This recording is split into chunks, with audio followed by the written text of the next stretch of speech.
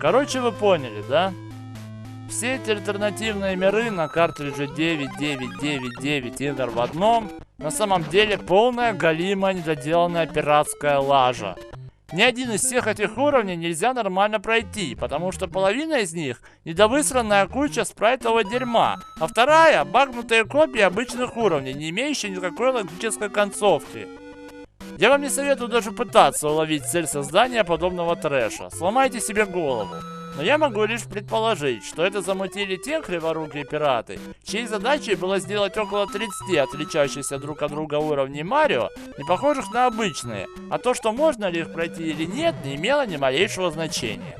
Так или иначе, даже с этим они ни хрена не справились, так как одна половина таких уровней тупо копирует другую. Ладно, проехали. Давайте уже перейдем к сиквелам. После первой игры Super Mario Bros. Вторая и третья части не заставили себя долго ждать. Super Mario Bros. 2 вышел в октябре 1988 года. Конечно, многие из вас знают, что под таким названием эта игра выходила везде, кроме Японии, так как в Японии на тот момент уже был свой сиквел Марио, но он выходил у них только на FDS, то есть на игровых дискетах, предназначенных исключительно для Famicom Disk System. Но мы с вами об этом, разумеется, ничего не знали. Данный же сиквел представляет собой переделанную японскую игру Doki Doki Panic, скормленную американцам под видом Марио. У нас же она, как ни удивительно, называлась Super Mario Bros. 2 и особых отличий от оригинальной версии не имела. Когда в Америке вышел сиквел Марио, в Японии в то же самое время вышла третья часть игры Super Mario Bros. 3. Через 1,5 года игра добралась до Америки, через 3 до Европы, а до нас почти через 5, и разумеется с благословения фирмы Stipler, выпустившей триквел типа на лицензионных картриджах для приставки Dendy. Коробочка, как полагается, с наклейкой со слоненком с обратной стороны, конечно. А вот на самой этикетке мы видим ту же самую сель, подобная которой была на картридже с первой частью. На картинке опять изображены абсолютно все персонажи из игры, кроме самих братьев Марио, ограничившись прозрачно намекающим заголовком SMB3. Мы видим страшного Боузера, пытающегося схватить пустой воздух, и принцессу Тодстул, которую куда-то тянет за руку невидимка, сверкая половиной ступни. Что ж, если провести очередную аналогию с первой частью Марио, то там, как вы помните, на этикетке игра не называлась никак, а в самой игре название укладывалось только лишь в цифру 2. Давайте посмотрим, как на самом деле называется этот картридж.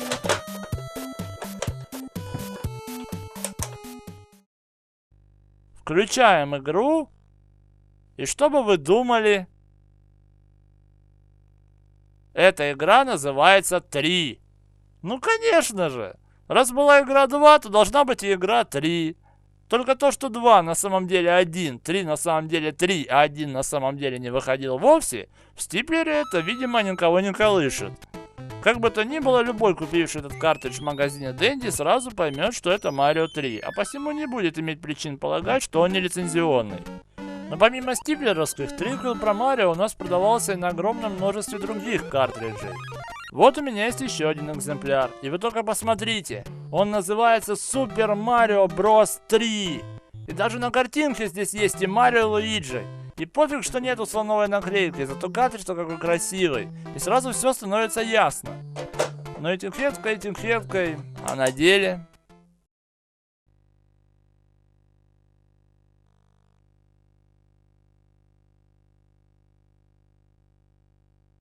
Да, одна заставка краше другой.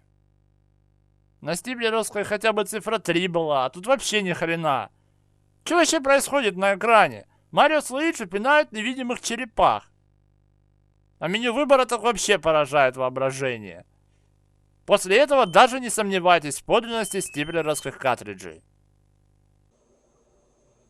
После просмотра трилогии Марио, многие зрители за пределами нашей страны наверняка бы подумали, что на этом можно уже обзоры заканчивать, так как это практически все, что выпустила Nintendo из игр про Марио на NES, не считая спин-оффов.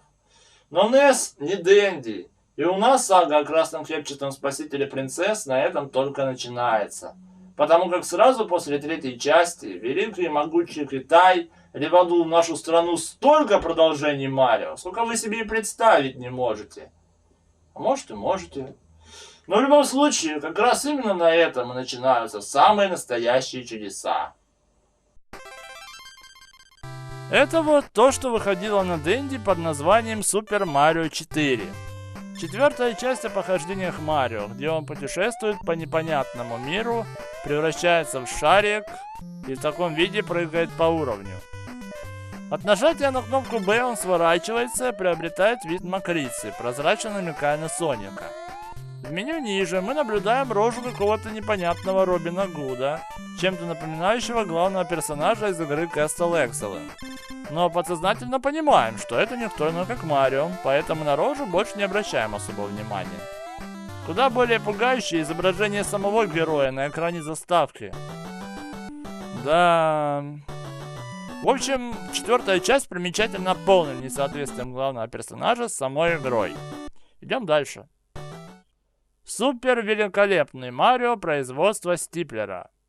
Вынимаем картридж из коробочки и опаньки! Сверху на нем наклеена надпись Super Mario 5.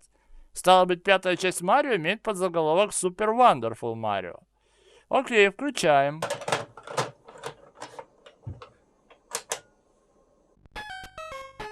Что за не понял? Super Bros 5. А на деле Super Mario Bros 2 с корявой цифрой 5 вместо двойки. И что, это все? Та же самая игра. И это крутой, мать его, стиблеровский картридж. В коробочке. То есть тупо взяли вторую часть Марио, коряво хакнули заставку и выдали за пятую, назвав Wonderful. Шикарно.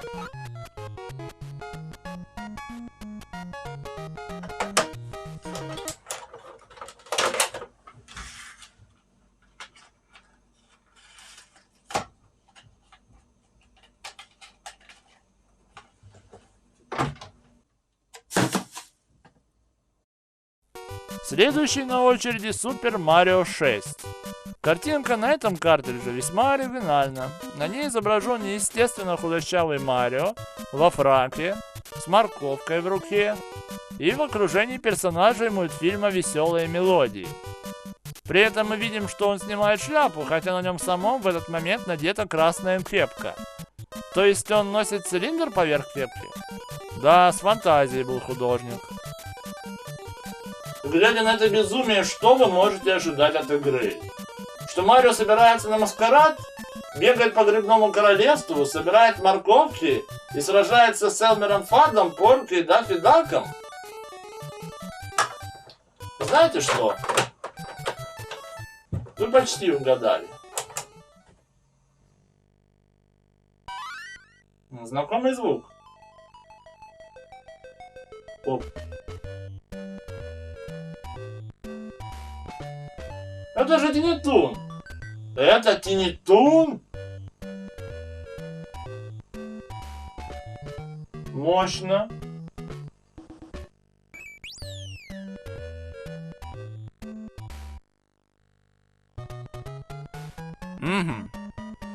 Так, видимо, у кролика Бастера начались каникулы. Он свалил, а его подменяет Марио. Как же тебя сюда занесло, родной? И чего тебе не сиделось в своем грибном королевстве? Пинал бы себе черепах, тусовался с принцессой, вместо того, чтобы обжираться морковками. Знаете, а на этом месте очень легко забыть, что вы на самом деле играете не в Тини Тун, а в Марио. Представляю, приходит к вам в этот момент друг и говорит: «О, ты играешь в Тини Тун». А вы ему: «Что ты гонишь, это Super Mario 6». И разрази меня шайтан, но вы будете правы. Интересно, если бы тогда, в 90-х, вы купили этот картридж и поиграли в него хотя бы 5 минут, неужели вы бы поверили, что это настоящая шестая часть Марио? Тем более после пятой части, на деле оказавшейся второй, даже несмотря на то, что то был Стиплер. Примерно с этого момента нас начало теплиться подозрение, что кто-то нас, мягко говоря, разводит. И мне страшно даже представить, что было бы, если бы в новой реальности в свое время вместо 16-й части показали вот эту. Но самое интересное еще впереди. Ведь после сумасшедшей 6-й части Марио была не менее сумасшедшая 7-я, которая, вот уж я вообще не въеду с какого перепою, но она называлась Grand Dead 7. По-русски это звучит как Великий Папочка 7. Дальше жестче. На экране заставка играет мелодия Флинстоунов. Сюжетная заставка тоже из Флинстоунов. Карта мира опять из Флинстоунов. А главный герой... Бедный Фред. Что с тобой сделали? Фреду отрезали голову и вкрутили вместо нее отрезанную голову Марио. Да, 6-я часть отдыхает по сравнению с этим. Тут курили что-то куда покруче. Кстати, во Флинстоунах, если вы помните, когда нажимаешь вниз, Фред умел прятать в себя голову, как в мультике. А тут... Чё ты вылупился? Как вы понимаете, сама игра Флинстоуны более никаким изменениям не подверглась. Видимо, и этого с лихвой хватило для того, чтобы детям потом снились кошмары с отрубленной головой Марио. Наш хит-парад безумных сиквелов Марио продолжается. И на очереди игра Super Mario 8. На ней я бы хотел остановиться чуть подробнее. Дело в том, что в отличие от других пиратских картриджей, на этой одноигровке, доставшейся мне в 95 году, помимо изображения какого-то коренастого деда с кувалдой, мы видим сразу два названия – Super Bros. 8 и Don Duck Don 2. Что такое Super Bros. 8 понятно, а вот что такое Don Duck Don 2 я узнал только через 10 лет. И оказалось, что это японская игра, на основе которой был сделан пиратский хак, представленный нам как Super Mario 8. И с тех пор я не могу понять, почему на картридже Super Mario 6 не было указано, что это Тиниту, на картридже Super Mario 7 не было указано, что это Флинстоуны, а на картридже Super Mario 8 у пиратов вдруг проснулась совесть, и они указали, что это Don Duck Don 2. Возможно, после мозга выносящих 6 и 7 частей, до многих игроков уже дошло, что с Марио на Денде творится какая-то лажа, и пираты решили не рисковать. Но я 10 лет рассматривая эту картинку, так и не смог разобрать это название. Вплоть до появления доступа в интернет всецело верил, что Super Mario 8 это как раз самое, что ни на есть подлинное продолжение саги про Марио.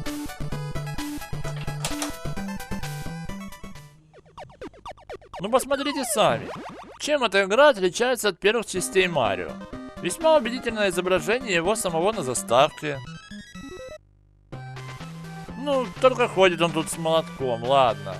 Грибоподобных существ тут тоже полно. А, ну еще свиньи летают на крылышках. Ну, типичное волшебное королевство. К слову говоря, игра несколько разочаровывает тем, что несмотря на то, что вначале нам показывают двух братьев Марио, в самой игре он только один, и вдвоем тут играть нельзя. А так, обычная игра про Марио. Он побывает здесь и в подводном мире, и на небесах, и в страшном замке, полном привидений. Ну еще в мире полном сумасшедших игрушек, где придется биться с часовой кукушкой. Но это все фигня, потому что единственное, чего я так и не смог понять, это того, что после прохождения игры я увидел надпись «Спасибо за игру, Super Mario, часть 6». Вот тена. Играли мы в 8-ю часть, а как прошли, оказалась она 6-я. Но на Тиниту она ни разу не похожа, значит те, кто ее замутил, попросту лоханулись и перепутали цифру. Или может так и не смогли договориться между собой, назвать эту игру 6-й или 8-й. Как бы то ни было, мы все называли ее Super Mario 8. Хотя я называл ее просто Марио с молотком. После 8-й части по хождению усатого макаронника по логике вещей должна следовать 9-я.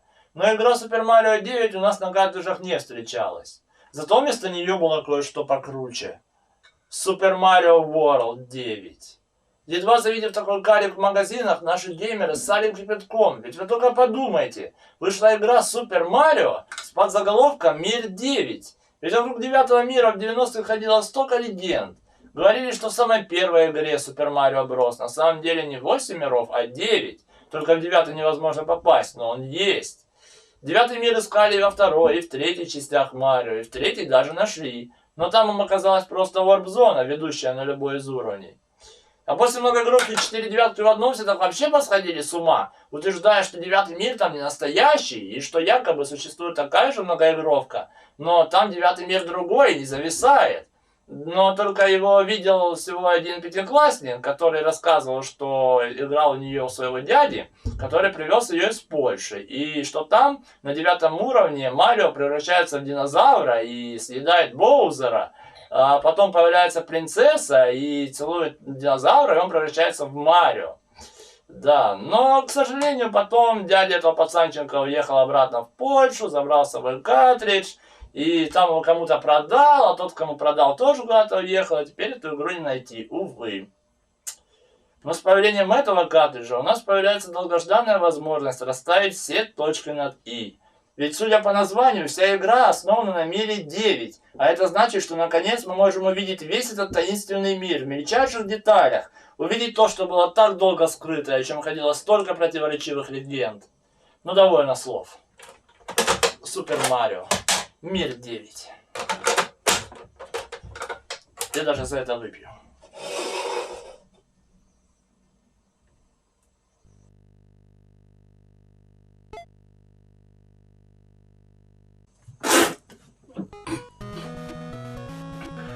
Что это такое? Что это? Он чешет яйца? Вы что, совсем обожрались? Даже дети смотрят. Я манал. Марио лежит под пальмой, ему на голову падает кокос, он стахивает и чешет яйца. О, я не могу на это смотреть. Это 9-й мир моря. Вот чем он тут занимается, да? Ой, все. Да, после такой нереально отмороженной заставки я даже боюсь предположить, насколько отморожена эта игра. Но слава яйцам, нет, не этим. Мои опасения не совсем подтвердились. Сама игра, в общем, даже ничего. Да, чем-то отдаленно напоминает Adventure Island 2. Ну, совсем чуть-чуть. Сам Марио в игре выглядит посдержанней. Единственное, что когда он берет скейтборд, он становится похож на аборигена-мутанта. А что касается надежд увидеть тот таинственный 9-й мир, то они все испарились сразу же после заставки. Тому, кто ее такое сделал, надо самому кокосом по башке врезать, а потом спросить, где у него после этого заболит. Короче, я больше не знаю, что сказать об этой игре, поэтому отправляем ее в отстойник и никогда больше о ней не вспоминаем. Супер Марио 10. После мира 9 хронология нумерации возвращается в прежнее русло. Разрастающаяся вселенная Марио не перестает выдавать шедевры, а обкуренные до самых пяток китайские пираты не перестают издеваться над несчастным водопроводчиком, все дальше и дальше уводя его от чистки трупа унитазов его родного грибного королевства и постепенно превращая его светлый образ в продажную 8-битную шлюху, которая шляется по играм, не имеющим никакого отношения ко вселенной Марио, и при этом только и делает, что вводит всех в заблуждение и чешет себе. В 10-й части эта пагубная тенденция, к сожалению, сохраняется. Но здесь Марио уже настал черед опробовать себя в игре иного жанра. Нет, это еще не контра, но после этой игры до нее явно недалеко. Итак, заставка нам говорит следующее. Супер Брос 10 Кунг-фу Мари. Пораскинув мозгами и предположив, что Мари это Марио, вспоминаем прецедент с мистером Мэри, и приняв во внимание термин кунг-фу, мы можем сделать вывод, что в этой игре Марио превратили в бойца. Но я не представляю, как это возможно при его комплекции, ведь он... Чтоб меня черти жарили. Что это за грузин? Да еще какой атлетичный. Прямо Джеки Чан, а? Только башка у него больше его самого. Короче, он ходит по долине и в рукопашную вышибает дерьмо из лягушек, каких-то самураев, неизвестно зачем. Знаете, это мне напоминает старые культовые фильмы ужасов, типа «Кошмары на улице Вязов» или «Восставшего из ада», у которых тоже было дохера сиквелов, и с каждым они становились все тупее и дерьмовей. Тут ровным счетом то же самое. Если бы я не знал, что на самом деле это игра «Пиратский хак», я бы еще тогда спятил. К счастью, мне тогда однажды попался в руки оригинал этой игры под названием Джеки Чан's Action Kung Fu, с которой был сделан данный хак. Та игра, кстати, тоже выходила на картриджах Стиплера. И этот факт в очередной раз доказывает, что самому Стиплеру было совершенно насрать, на какую пиратку клеить свои наклейки со слоненком и продавать в своих магазинах. Если даже на витрине они ложили рядышком картриджи Джеки Чан's Action Kung Fu и Super Wonderful Mario. Ладно, что там у нас дальше? Оба-на, ТВ Гейм. Super Bros. 11. Картинка в очередной раз поражает и без того уже пораженное воображение. Если следовать логике, вероятно, это Марио верхом на Йоши. Но похоже, они не больше, чем Барак Обама на Мухаммеда Али. Рискнем посмотреть, что это за игра.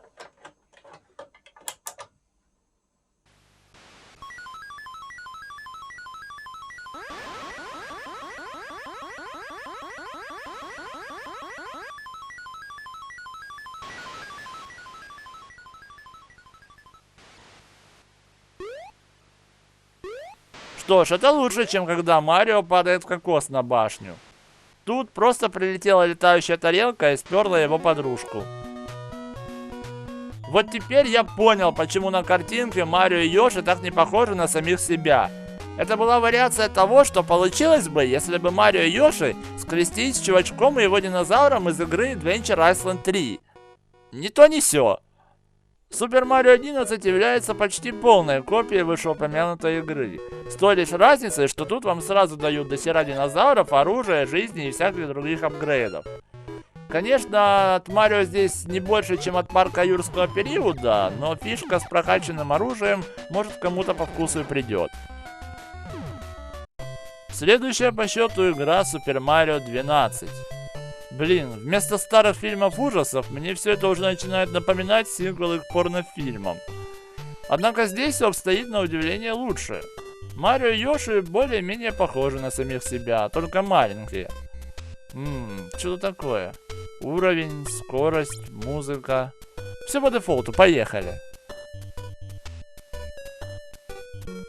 Раунд 1. Марио превращается в повара? А ёлки, это же Йоши Скуки. Головоломка, где надо сортировать печеньки Йоши. Только какого фига она называется Super Mario 12? Это обычный спин-офф, он еще на Game Boy выходил. Короче, похер. Давайте лучше возрадуемся, ибо наконец-то под названием Марио действительно игра про Марио. Может, теперь тенденция поменялась, и по следующим 13-м продолжениям мы увидим не менее стоящую игру? А вот как раз и она. Super Mario 13. Весьма странная заставка, и судя по ней, на Марио тут обозрился какой-то здоровый шланговый чувак. Итак, что мы имеем? В первую очередь бросается в глаза, что Марио здесь уже не прыгает на врагов, не долбит их молотком, не раскидывает рукопашную, а орудует удивительной палкой, имеющей свойство удлиняться. В принципе, это весьма эффективно и выглядит нормально. Но вот когда он это делает в прыжке, то создается впечатление, что эта палка вылазит у него, как бы это сказать, чуть ниже пуза. Светлый наконечник этой палки тоже наводит на некоторые размышления. Нет, не подумайте, что я хочу опошлить персонажа, но просто после почесывания промежности в 9-й части это выглядит несколько стрёмно. Далее. Здесь вы по-прежнему сражаетесь с грибами. Но вот когда вы получаете от них удар, лицо Марио приобретает такое загадочное выражение, как будто ему эту самую палку засунули... Ладно, не будем об этом. В общем, для тех, кто еще не понял, игра Super Mario 13 является пиратским хаком игры Sayuki World 2. Но в таком виде у нас в 90-х ее мало кто видел. В России она больше была известна как Son Son 2. Под этим названием она все еще хранится у меня на одном из картриджей. Мы просмотрели уже 13 игр на Денди, именующих себя Марио. И следующая на очереди игра Super Mario 14. Этот картридж... Ты чё, бог я... И чё? Да ёб твою...